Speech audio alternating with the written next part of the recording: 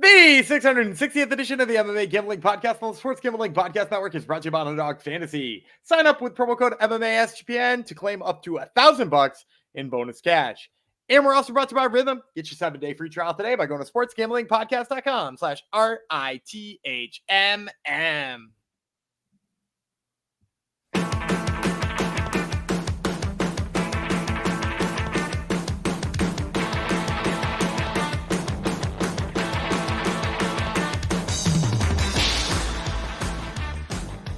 Howdy ho, degenerinos. Welcome to episode 660 of the MMA Gambling Podcast and the Sports Gambling Podcast Network, dedicated to Gumby's Wi-Fi.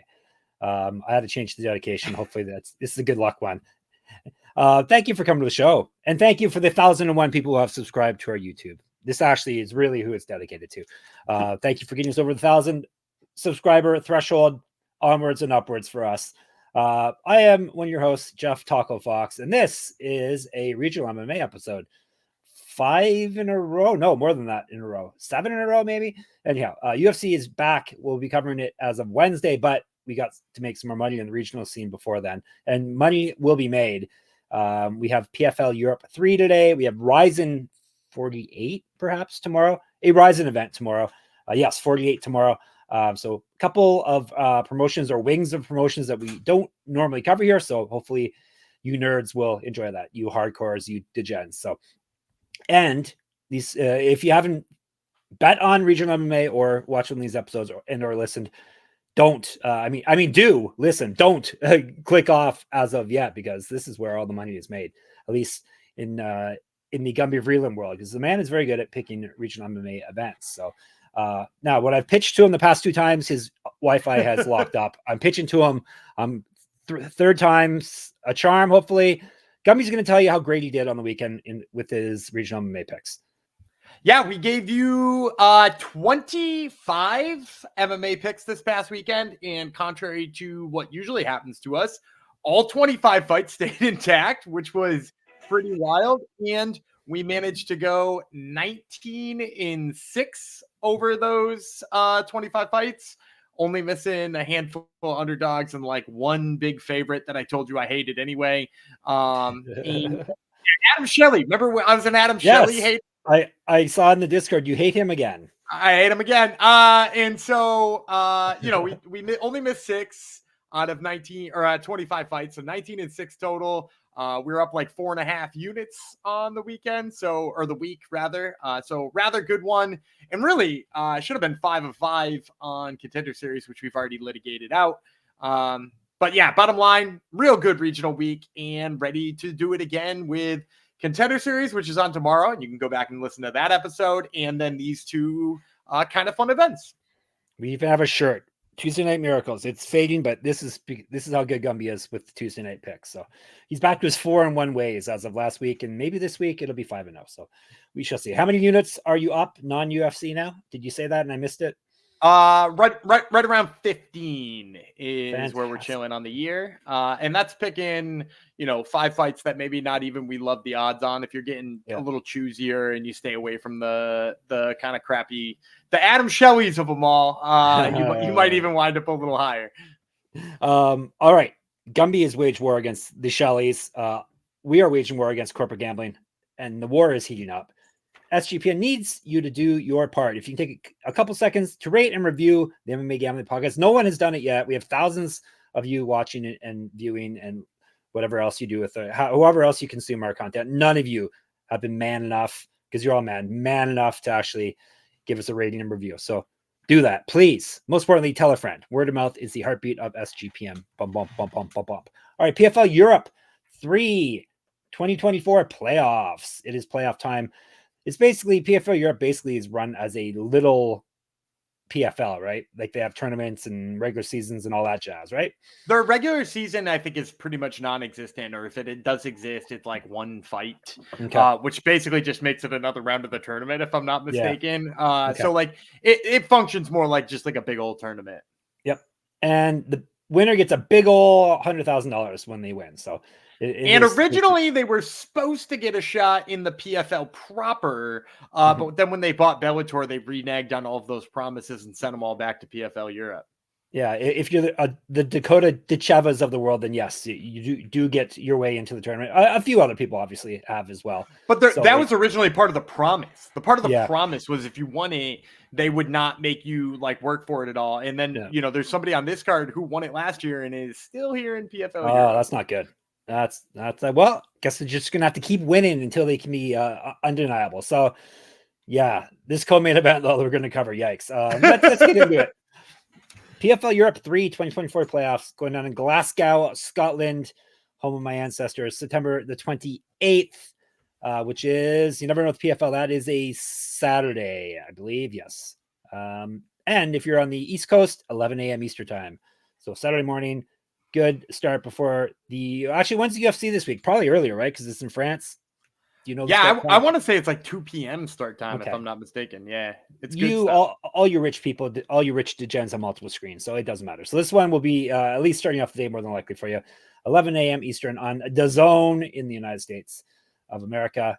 We have DAZN here too, I guess. PFL is all over the map here. It may be on TV here, it may be through their device, it may be through it's all over the place. So, all right. We got 14 fights. No, we're not covering all 14 fights. Sorry. Some of us have lives, and some of you listeners have lives too. But as Gumby has said in the past, any fight we don't cover, we're going to cover the top 5 or the 5 that Gumby finds the most interesting or most intriguing. We're going to cover those in full at the end of the episode. We were having the lightning round. We're going to cover a couple bonus fights, at least a couple. And then if there are still some that you have questions about, obviously YouTube comments work, and so does your Discord, sportsgamblingpodcast.com/Discord. And we can have some discourse about it. So this is going down in the OVO Hydro. It's just called OVO Hydro. We'll say arena, Glasgow, Scotland, and a cage, 14 fights. So it is, as the title says, the playoffs here. We got a bunch of semifinal belts. We got welterweights. We have got bantamweights. We have got lightweights. And on the female side, we have got flyweights. So they're doing a ton of weight classes in this year event. We are kicking things off with a men's fight, a male fight. It is one of the semifinals in the lightweight weight classes. I have small little strokes as I'm talking. It's Connor Hughes is one half of this fight from England versus Ignacio Capella from Spain. 3 5-minute rounds, 155 pounds. No odds yet because we get on these events quick and the odds have not been posted yet. This is probably a midweek thing for PFL, right? Europe. Yeah, I would imagine we're going to see him Wednesday or Thursday, probably. And Capella, his nickname should be Capella, but instead is Levium Armorum, which I don't know what it means. And I Googled it and I still don't know. And I don't think Gumby knows. Gumby doesn't know either, do you? Nope. It should be a cappella, like I said. But anyhow, he's 8-1, 6 knockouts, 1 submission. He's been submitted 1 time. He owes his rounds, damn it. 1-0 in PFL. He's won 8 straight fights, including his last one via TKO. He's not lost since May of 2014. That is a long time ago. Used to fight at welterweight. Hughes, 9-1, 4 knockouts, 4 submissions, never been finished in a fight. 2-1 in PFL. He's won 2 straight fights, both via TKO. 5 years younger, 4 inches taller, 6 inches of reach over Capella. So a couple guys with pretty nice records here. Yeah, I think we're probably going to see Hughes based on what his performances have looked like as a slight favorite here. I'm going to say pushing $2, so probably like -190 or something like that on Hughes. And he's my pick here. If you watch Capella in his fights, he's super heavy on his feet. He eats a lot of leg kicks as a result. I think Hughes could take advantage of that. The other big thing for Capella is he throws absolute bombs really wide, even though he doesn't have the best accuracy. Basically, he's trying to lull you into a brawl. And if you've watched any of Hughes in the past, do I think he's the most technical striker of all time? Certainly not. But I do see his ability to sort of like stay out of those firefights, back up and hit a counter once in a while. That tends to be like one of the better things he does. I like his ability to get out of range when somebody is getting crazy. And so I think that's huge here. The other thing is that anytime anybody's off balance in any of his fights, the way he works the body, particularly on the opponent's weak side, like little hook to the body, little uppercut to the body, it really drains his opponents. And then when you take the fact that Capella is a guy who overextends himself heavily and could potentially tire out as a result, then you talk about Hughes being a guy who works the body really well. I think between those two things, you're going to see Hughes find more and more success the longer the fight goes. And I like him in this fight, especially if he comes in Like I said, south of $2. I'm really interested in just a money line play here. All right, there we go off the top. Now we're moving up to the top 4 fights on the card. And the first one we're doing is one half of the welterweight semifinals. Jack Grant from the United Kingdom versus Florim Zendeli, not from the United Kingdom. He is from, I think it's Albania. Does that sound right to you? Yes, that does sound right. Yeah. Albania, 5-minute rounds, 170 pounds. If they need it, I will tell you about Zendeli first. He's 8-1-1, 5 knockouts, 3 submissions, and he's been knocked out once. Damn it, he owes his rounds. 1-0 in PFL. He's won 2 straight and gone 3-0-1 over his last 4. The past 2 wins have come via finish. He's not lost since October 2021. Is regional champion, 6 years younger than Grant. Grant is 20-8 with 9 knockouts, 10 submissions. He's been knocked out 3 times. 1-1 in PFL. He's won 3 of his last 4, including his last fight via TKO. He went 1-0 Bellator. He has multiple regional championships on his mantle. Correct. Go get the shirt, or this shirt I'm wearing here, from our store, sportsgamblingpockets.com/store. Get sticky. Lots of stickiness happening in the Discord still. This man used to fight down at lightweight and way down at bantamweight. 2012 pro on May debut, 3-0 as a pro grappler. So I think Grant's probably looked better than Zendel recently, but like as you said, a couple of guys with really great records. So as a result, I think the line comes in rather close. I'll take Grant probably here. I'm guessing -165. He's definitely my play for a couple of reasons. Number one, I do think he's really limited on the feet. Like, you can predict what his combination looks like before he even throws it. It's usually soft jab in the front, big right hand behind it. And there's not a lot of variation to the angle that right hand comes at. It comes in, I'm going to call it a cross, but it's like kind of a little too loopy to even be a real good cross. So like, it's that same 1-2 combination he throws every time he's in range. He never extends it to 3 punches. It's usually never even a single jab. Like, it's really predictable what he throws all the time on the feet. But here's the reason he throws it. He throws it because he wants you moving backwards no matter what. He's got tons of forward pressure. He wants to shoot that takedown, and his wrestling's really good. As you mentioned, he's a guy who's been doing the professional grappling circuit for a while too, getting a little bit more experience there. He wants you on the back foot so he can shoot that takedown up against the cage or with you moving backwards to make it worth his while. And, for me, Zendel probably a touch better on the feet, but not terribly fast, which is the first knock there. Like, if he's going to take advantage of being the better striker, he is going to need to be a little faster than he typically is.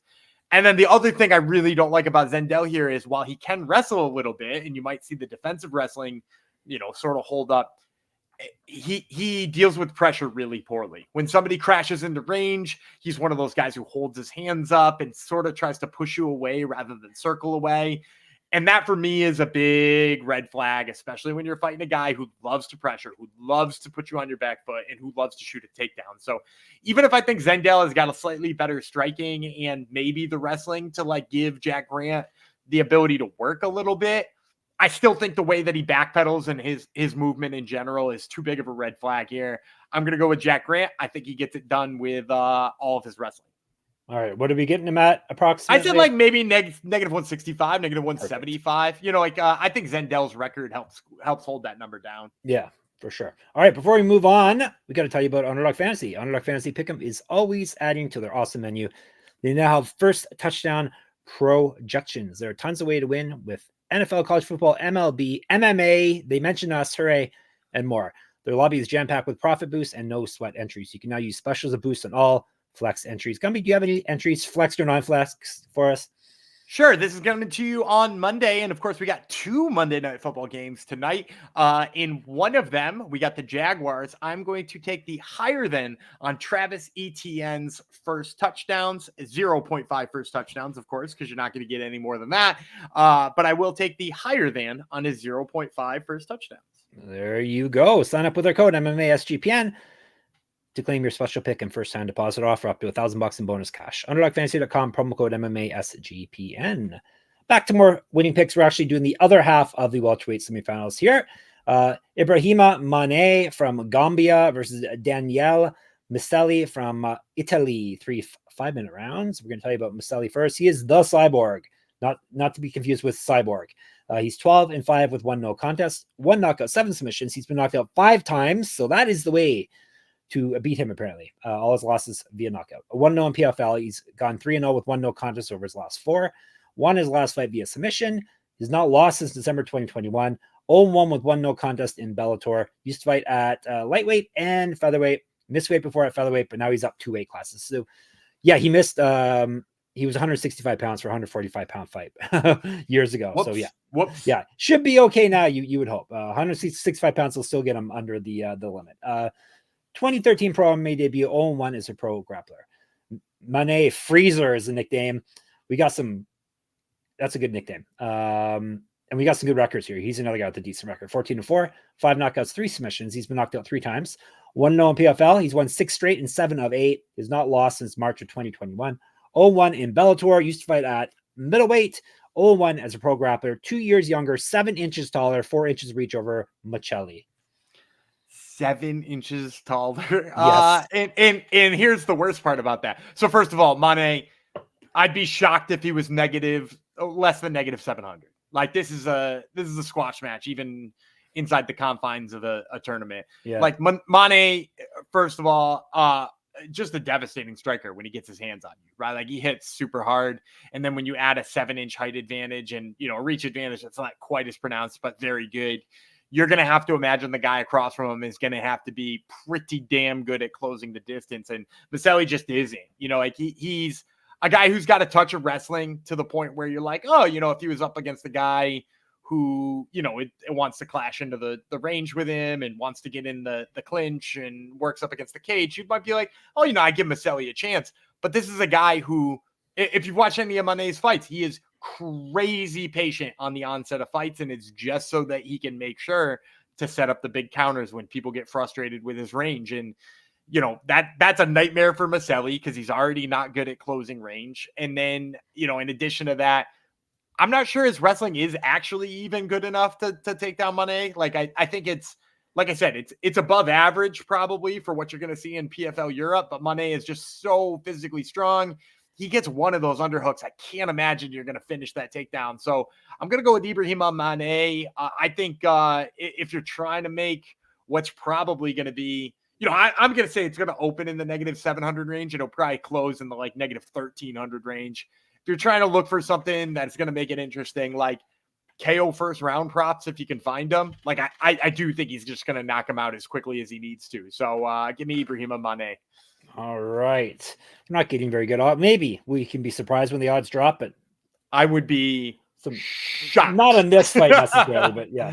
Some no good, very bad odds thus far. All right. What are we moving to? Your favorite fight? Oh God, yeah. Okay, what's with this is PFL is all about tournaments and stuff. What's with the two top fights not being anything to do with the tournament? I guess they're Scottish fighters. Yeah, they're in Glasgow. 100%. That's it. They're bringing out 2 of the biggest names in the history of Scottish MMA in the co-main event and main event. Like, it's just, hey, come for the tournament, stay for our Scottish guys. Yeah, I guess so. And listen to this one, ladies and gentlemen. Robert Whiteford from Scotland versus Roger Huerta from the United States of America. I assume this must be Roger Huerta Jr., Roger Huerta's kid, right? It's Roger Huerta proper. Roger Huerta original? The OG, the one and only. No. You want to know my favorite Roger Huerta trivia question? Did you know Roger Huerta is the first MMA fighter ever to appear on the cover of a Sports Illustrated? Yes. Yeah. It's just, yeah. It's a technicality, but yes, he wasn't put on it because he's Roger Huerta. It was just happened to be an action shot that he was in. So yes. No, it's sort of yes and sort of no. It was supposed to be Randy Couture originally, and right. The UFC got real pissed off at Randy Couture in contract negotiations. Yes. And so the people who were picking somebody on the cover went to his fight with Clay Guida, and it was such a barn burner that they were like, let's get one of these 2 guys on the cover. Yeah. Okay. So it is a little bit performance based. Yes.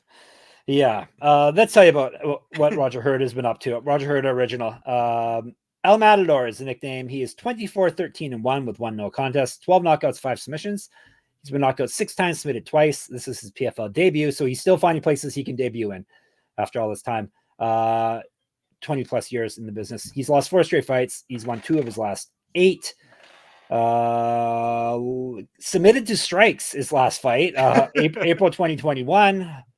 He's not won since December 2017. He went 1-6 in Bellator, 2-3 in one championship, the greatest promotion in the known civilization. 6-2 in the UFC. Used to fight at welterweight. 2003 pro MMA debut. Twinches reach over Whiteford. Whiteford, the Hammer. 16-5 with 1 no contest.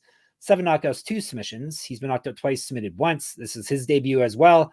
4-1 with 1 no contest over his last 6. Lost his last fight via TKO. That was back in May of 2022. 2-3 in the UFC. 1-1 with 1 no contest in Bellator. He's a regional champ. 2009 pro MMA debut. So a couple guys on long losing skids, both 41 years old, I think, as well.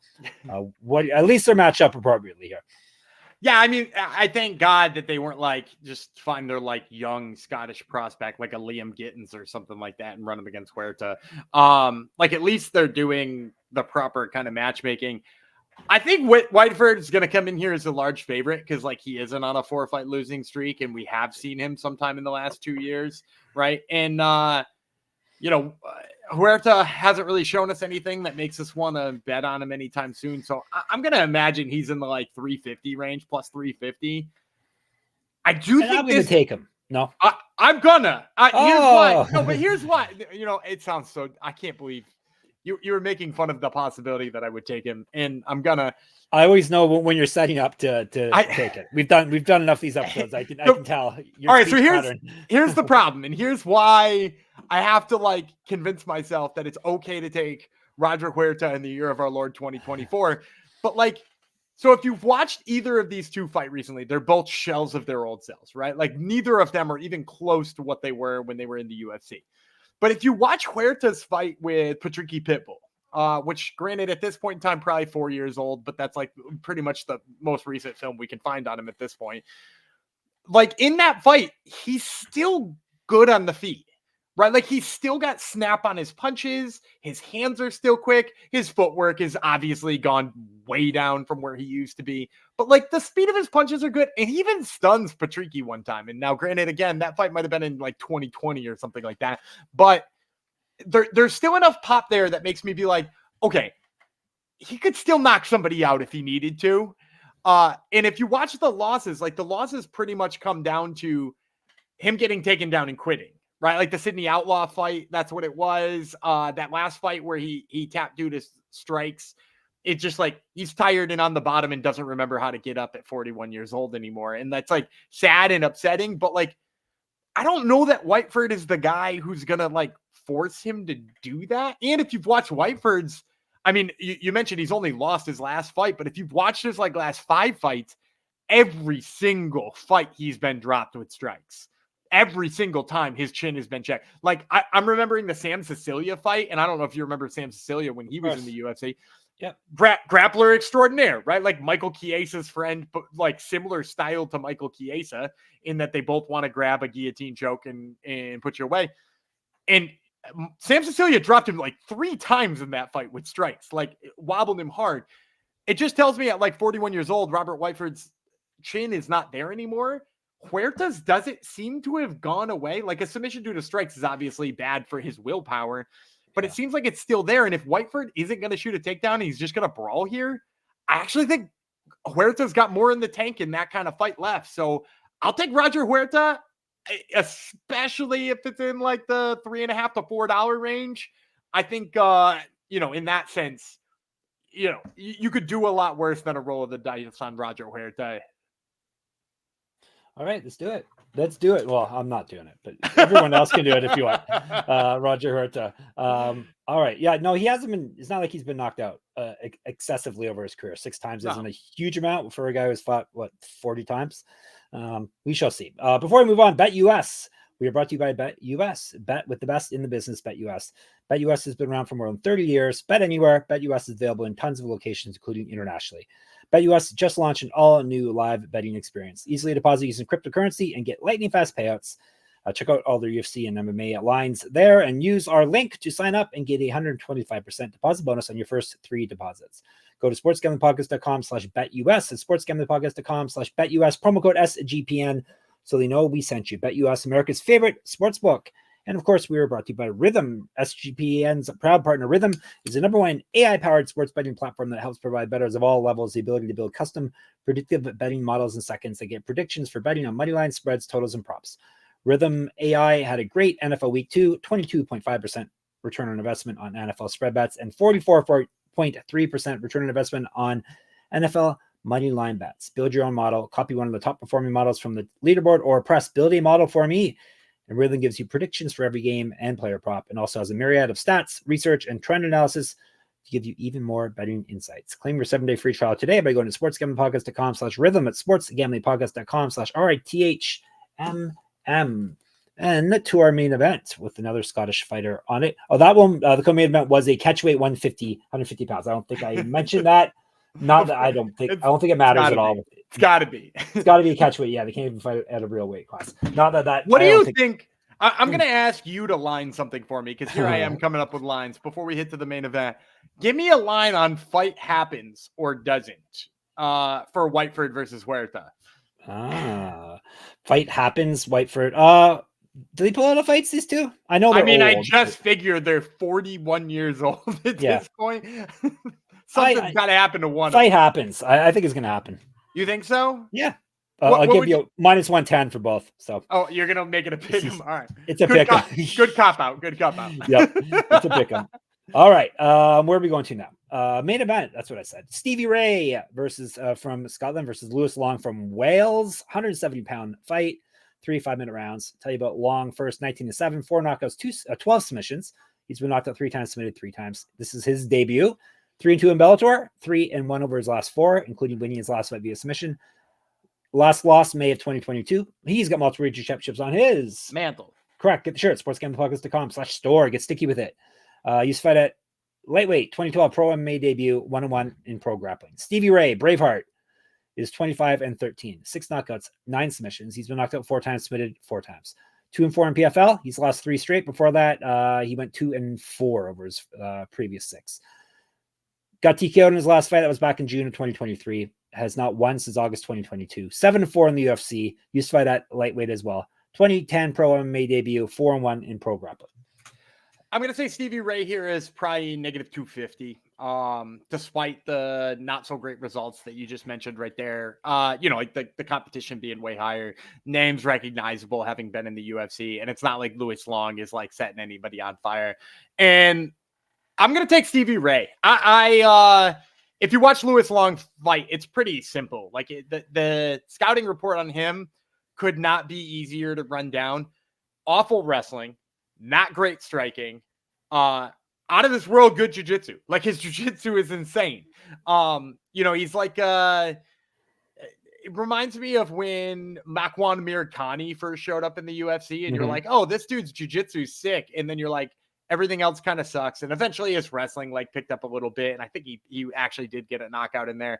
But like Lewis Long is like the unrefined Makwan Amirkhani. And there's your show title, an unrefined Makwan Amirkhani. It was going to be Roger Huerta original, but okay. I'll think about it. Yeah, you can contemplate those. So like, I just don't think he's got enough to threaten Stevie Ray, because while his jiu-jitsu game is good, let's remember Stevie Ray is a guy who's been on the ground with just about damn near everybody. I mean, he submitted Anthony Pettis. He's still good on the ground, and I think he's got the bonus of not needing to go to the ground here, because like if you watch that fight with Clay Collard, which was his most recent, I want to say his most recent fight, he fought Clay Collard. He could still hang on the feet fairly decent with Collard, who is a phenomenal boxer. Now, he wasn't getting the better of those exchanges, but he also wasn't getting wildly blown out of the water. And I think his wrestling being so much better than Lewis Long's, I think he could just, keep this on the feet, tell him I'm not wrestling, and just blast Lewis Long until the fight's over. I also think he could score takedowns and keep himself safe. He can score takedowns on just about anybody in this PFL lightweight division. He took down Clay Collard a bunch and held him down there. I think Stevie Ray could win that kind of fight too. I just think there's too many ways to win. And then also just like a little tidbit I found when I was watching, anytime Lewis Long is pressured, his head drops straight down forward, almost like he's shooting it for a takedown, but it's like he wants you to punch his forehead instead of his face. And it's right there for an uppercut. So Stevie Ray by uppercut knockout here would totally not be out of the question. Really? You're even calling his shot. All right. What was the number you said? I said like -250, maybe -275, somewhere in that range. So then if you make the uppercut bet is even better. So there you go. All right. Recap, and we'll get to the lightning round. He's got Stevie Ray. He has got Huerta. Perhaps as his only dog here. He's got Mané. He's got Grant. He's got Hughes, lightning round, crash, bang, boom, zap, pow. We have 9 other fights to choose from here. So take your pick. Yeah, so the first one I'm going to take, I don't know if you're going to get good odds on it. You probably won't. Jacob Kashuba, he was the lightweight winner last time. He's the other half of the tournament here with Connor Hughes. I like him quite a bit. He's shown a lot of durability, and in addition to that, his striking's pretty damn good. Again, he's 12-0, and he's in the semifinals of a tournament, so I don't think you're going to find all that playable of a line. But if you do find him in like the 300-ish range, feel free to throw that one in a parlay. Might make something a little bit better. And then the other one I'm going to take is Wisniewska. She's fighting Karolina Wojcik, who is, been everywhere. She was in Invicta. She was on PFL. She's been in Contender Series. She's been a whole bunch of different places, and she's fighting somebody who's 3-0, which on the surface you might be like, man, why would I get on the girl who's 3-0? But she looked so damn good against D Bagley last time. And like, not that D Bagley is Karolina Wojcik level, but like, it's a recognizable name. And for her to be only 3 fights into her pro career, granted, huge amateur career, I think she's probably got the takedown defense to stuff Wojcik. And if she does, she's going to be better on the feet. So Wisniewska and Kashuba are my 2 picks here. There you go. And he didn't make me do the Polish fight. Surprisingly, he didn't make me say either of those names. So Polish versus Polish too. Exactly. All right. You're all set now for PFL. If you want more, like I said off the top, Discord, sportsgamblingpodcast.com/Discord, or YouTube. You can reach us out. We also have a Twitter account, SGPN MMA. Gumby runs that. He's Gumby Vreeland. I'm Jeff Fox, writer there and on Instagram. Gumby's got Top Turtle MMA podcast. He teased me off the top that he has some exciting guests this week. He always has good guests, but these are extra exciting, I think, or at least one of them is. Go ahead. Kicking off the show this week is Ray Longo, the only Ray Longo in perfect Ray Longo form, talking about Merab Dvalishvili's win. And then we also got a Contender Series fighter coming up, Leslie Dora the Destroyer Hernandez will be on the show. So she gets the origin of that nickname, and plus you get to hear Ray Longo talk to me, which is a lot of fun.